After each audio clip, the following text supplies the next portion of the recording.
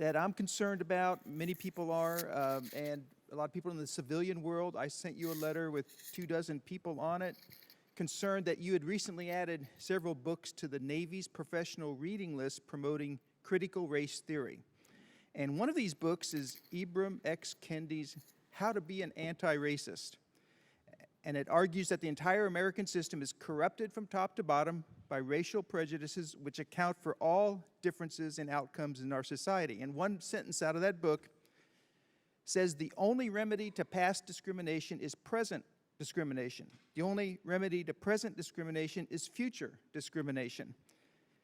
Now, I understand that this is a voluntary reading list, but how does exposing our sailors to the idea that they are either oppressors or oppressed, and that we must actively discriminate to make up for past discrimination, improve our Navy's readiness and lethality for great power competition? Sir, initially you mentioned critical race theory.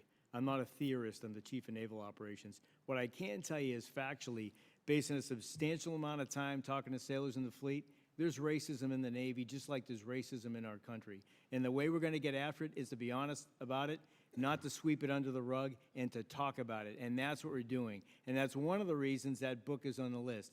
Doesn't mean I have any expectation that anybody believe or support everything that that Mr. Kendi states in his book. I don't support everything that Kendi says, but the key point here is the sailors in our Navy have to be able to think critically.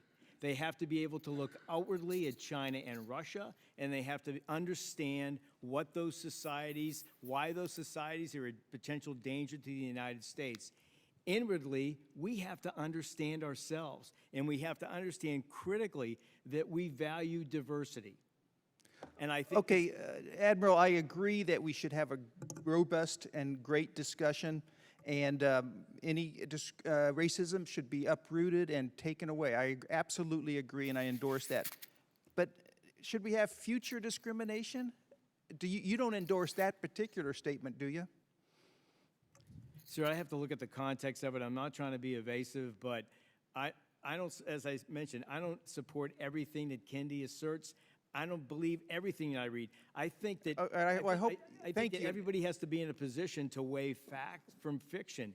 Even our sailors, they're bombarded every day by misinformation. Much of it comes from China and Russia on this issue that's getting at our national psyche. I'm trying to get after it in the Navy. Okay, well, I hope that's one statement you don't endorse, and maybe we can follow up on that.